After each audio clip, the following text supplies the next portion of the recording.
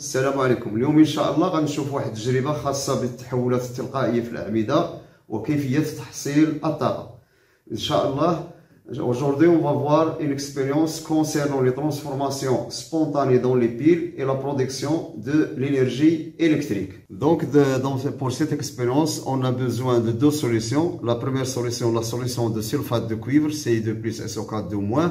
Une deuxième solution de sulfate de zinc Ci2+ Zn2+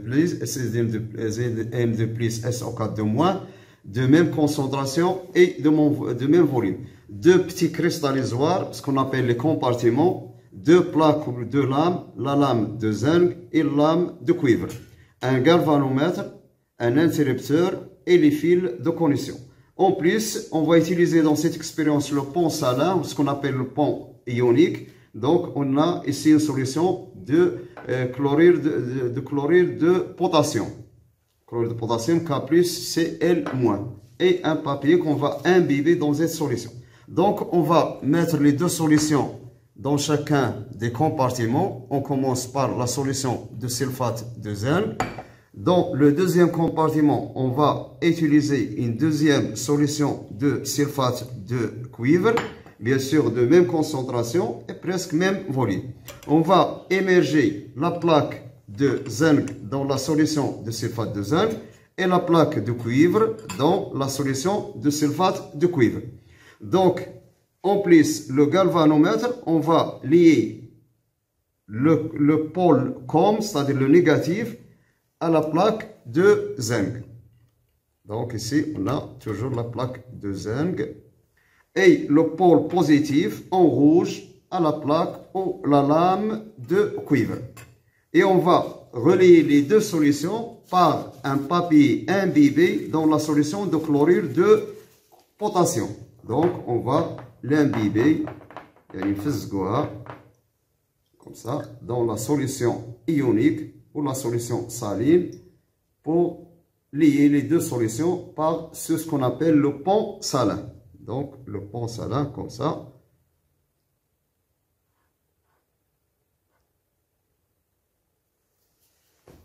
Et après, on va donc s'assurer que les plaques sont dans leur position liées au pôle plus et le pôle moins. Donc, le COM, le négatif, c'est le zinc.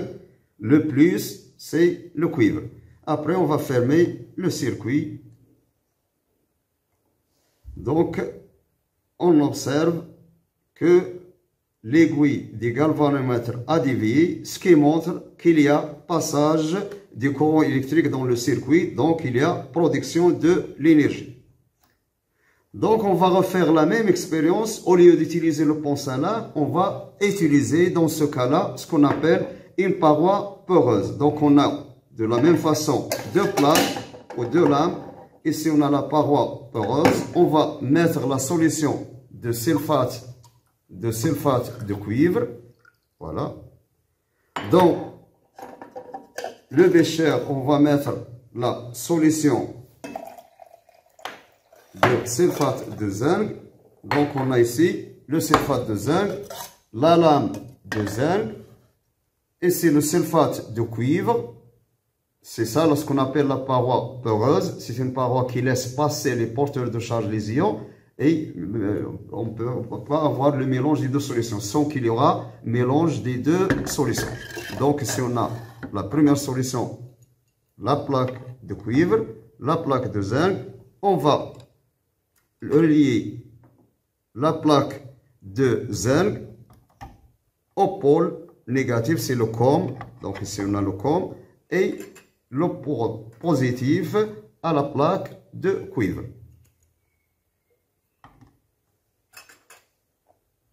Et on va fermer le circuit. Donc on observe qu'il y a déviation de l'aiguille, ce qui montre qu'il y a passage de courant.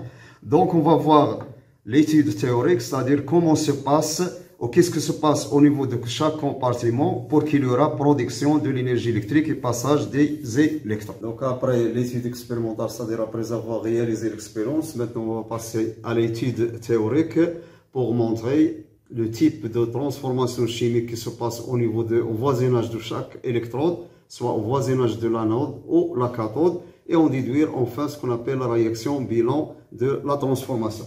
Donc on va commencer par le voisinage de la cathode, c'est-à-dire la cathode, le pôle plus.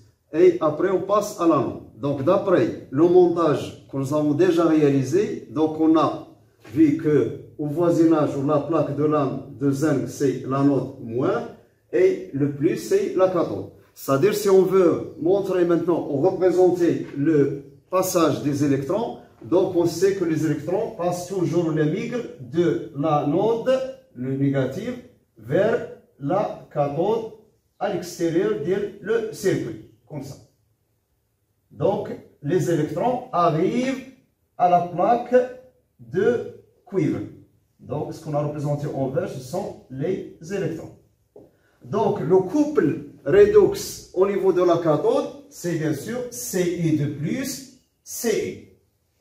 Donc, puisque au cours de l'expérience, on a vu qu'il y a disparition de la couleur bleue, et disparition de la couleur bleue indique la disparition des ions Ci de plus. Donc, ce sont les réactifs. Donc, Ci de plus. Et après, on a observé qu'il y a un dépôt rouge sur la plaque de cuivre. Ce dépôt de rouge, c'est ce qu'on appelle le métal, le cuivre. Donc, il y a transformation de Ci de plus en Ci. Donc, on équilibre au niveau des électrons. Donc, ici, on aura plus de électrons. Donc, qu'est-ce qui se passe ici? Deux électrons captent un ion Ci de plus pour nous donner ce qu'on appelle le Ci. C'est ça la transformation qui se passe au voisinage de la cathode. Donc, ça, bien sûr, c'était une réduction. Donc, deux points, c'est la réduction. Maintenant, passons, qu'est-ce qui se passe au voisinage de l'anode, c'est-à-dire au voisinage de l'électrode de zinc. Puisque l'électrode de zinc, c'est le con, bien sûr, ici, c'est le négatif de galvanomètre, donc il y a libération des électrons. Ces électrons, on va montrer, deviennent ces électrons. Donc, il y a des électrons, bien sûr, qui migrent vers l'extérieur du circuit pour passer à la cathode. Deviennent ces électrons. Donc, on a le Zn, parce que si on a la plaque de Zn, donc ce Zn, ils vont donner deux électrons, suivant la transformation BC, on a ce qu'on appelle le couple redox Zn, Zn de plus. Donc, soit il y a la réaction des ions Zn plus Zn, puisqu'on a création des électrons, donc ces électrons deviennent de la transformation de Zn en Zn de plus. C'est-à-dire chaque atome de Zn, il va libérer un ion Zn de plus. Il y a cette transformation et libération de deux électrons.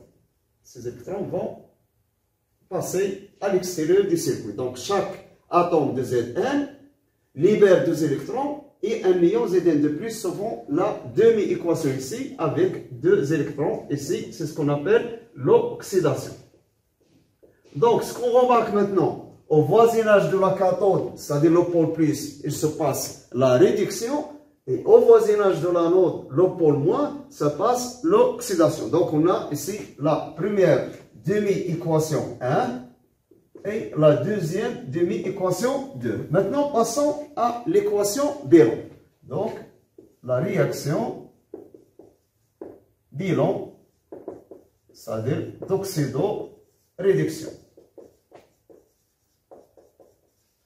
Donc, on a ici la réduction et l'oxydation, puisqu'il y a l'échange du même nombre d'électrons. Donc, on va écrire directement 1 plus 2, ce qui donne bien sûr Ci de plus Zn, ça donne bien sûr Zn de plus Ci. Donc, si on a le sens direct et le sens inverse. La conclusion maintenant.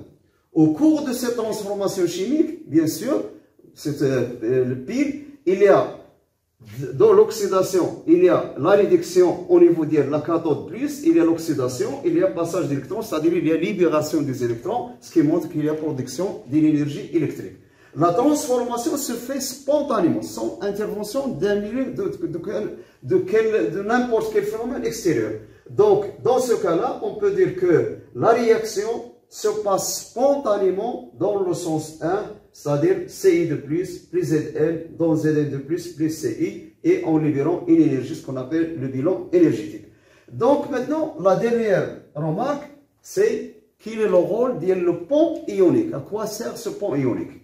Le pont ionique, c'est un papier imbibé dans une solution saline, par exemple de K plus Cl-, c'est-à-dire dans ce papier, il y a les ions K+, et les ions Cl- en égalité, c'est-à-dire les ions K+, le nombre est égal à celui de Cl-. Qu'est-ce qui se passe maintenant? On a dit qu'il y a réduction dans le compartiment de sulfate de cuivre. Le sulfate de cuivre, c'est-à-dire la réduction, il y a diminution des ions Ci de plus. Diminution des ions Ci de plus. Le nombre des ions SO4 reste constant toujours. Donc il y a un déséquilibre, c'est-à-dire un défaut des ions positifs et un excès, on veut dire, des ions négatifs.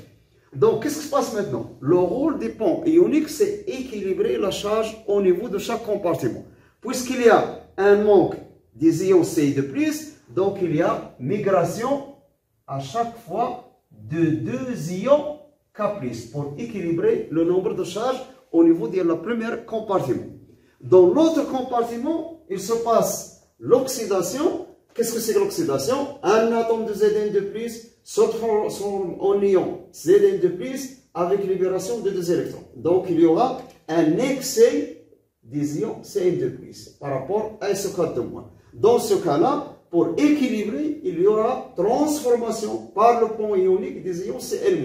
Donc il y a passage des ions Cl-, 2 ions, parce que chaque ion Cl- porte une seule charge et on a besoin à chaque transformation de 2 charges négatives dans le compartiment 2 et de 2 charges positives dans le compartiment de la cathode, c'est-à-dire des solutions de sulfate de cuivre. Et merci.